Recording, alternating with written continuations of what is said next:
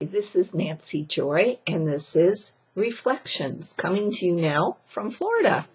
Yep, I'm here for at least probably till 2017 for the month. So what I want to talk about today, I think, is really important because we all talk about living in the new reality and the 5D and everything. And right now, at least for me and a lot of people, it isn't easy. It isn't easy to embrace what really is the truth and let go of the illusion and what it takes to move through that, morphing out of our 3D lives into our 5D lives. We've done talking about this. It's not easy. So here's what I want to share with you, and I have once before, but right now it's especially important in helping me tremendously to center through this. Did you know that the human egg, after it's fertilized and the cells split, they become from 2 to 1 to 4 to 8 cells. And when they reach 8 cells, that is then called the zygote. And it is from those 8 cells that all the organs in the human body is formed. And for a very long time, the scientists couldn't understand the first organ formed out of those 8 cells, as the cells differentiate, is the heart. And in fact, the heart starts beating long before there is a brain developed. And scientists had a really difficult time understanding how the heart could even beat without the direction of the brain.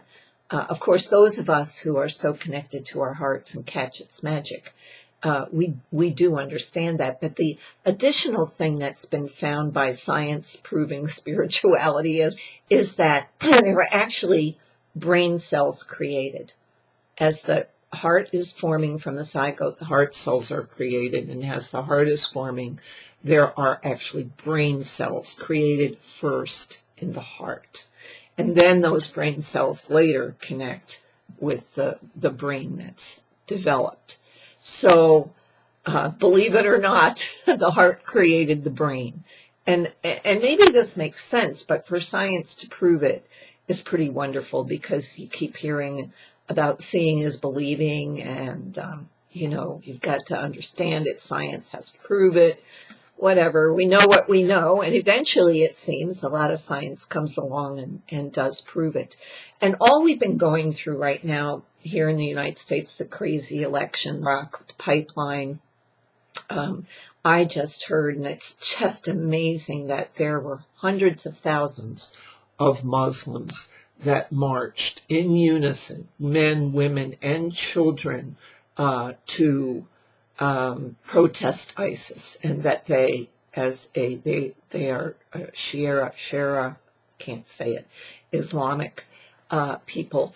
And it just shows you, here you have all the people coming together at Standing Rock in this country. You have Muslims in unity saying we're all one. We are protesting against ISIS, anything that isn't one. Our hearts are beating and showing us the way. And now it's manifesting that way. So it's really exciting. To take this a step further, you might find this interesting.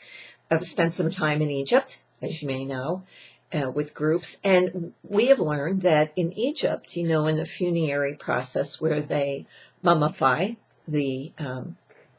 those that had passed on, at least those with money had passed on, they separate out all the organs and put them in urns, and the most prominent and sacred urn is the urn that contains the heart. They found out that there is no urn for the brain, and in fact, the Egyptians threw the brain out. I think they knew all along where it was located. So, and doesn't this take us out of duality of, are you in your head or are you in your heart? If you're in your heart, you're in your brain.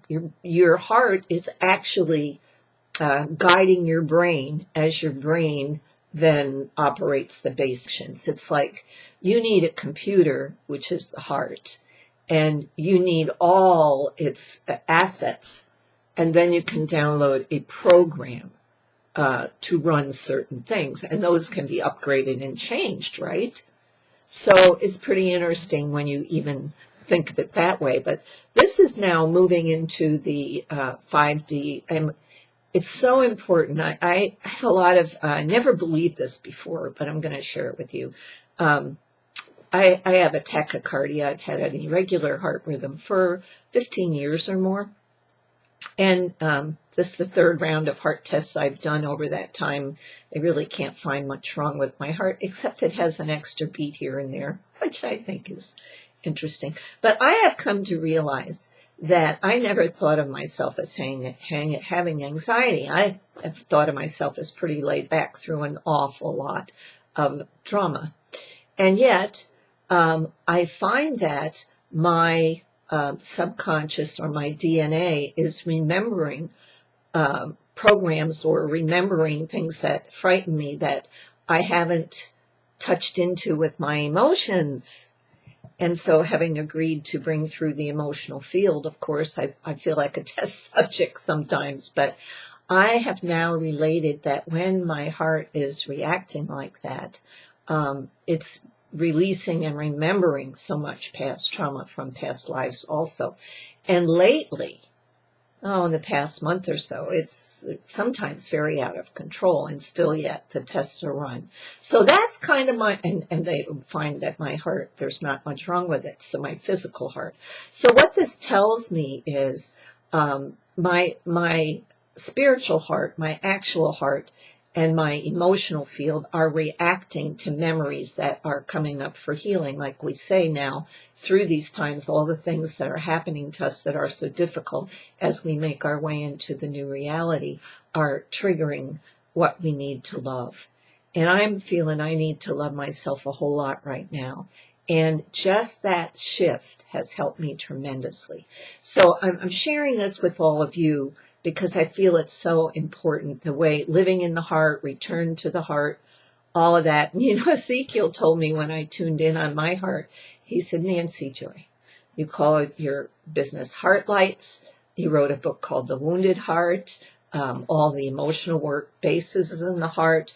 I teach the heart breath, which I hope all of you do because it does take you back to that center where you can activate the love and the compassion, and also activate your brain cells to respond to that love and compassion. So that's what I have to share with you this week. It's living in the new reality and consciously being aware of living from your heart space and the indicators when you need to pay attention, be they physical or emotional, the trauma, the drama, all we're moving through as we're shedding, as we're letting go, as we're morphing into these amazing beings we have always been. So catch the magic this week, and we're coming into a full moon next week. I'll have a lot to share, I think, with you about that. So take care of who you are, and we'll see you again next week. Don't forget the Heartlights Christmas specials. I'm still doing the free sessions. I'm always available there, but for $55 each, you can buy up to 3 sessions before 2017 hits, and they never expire.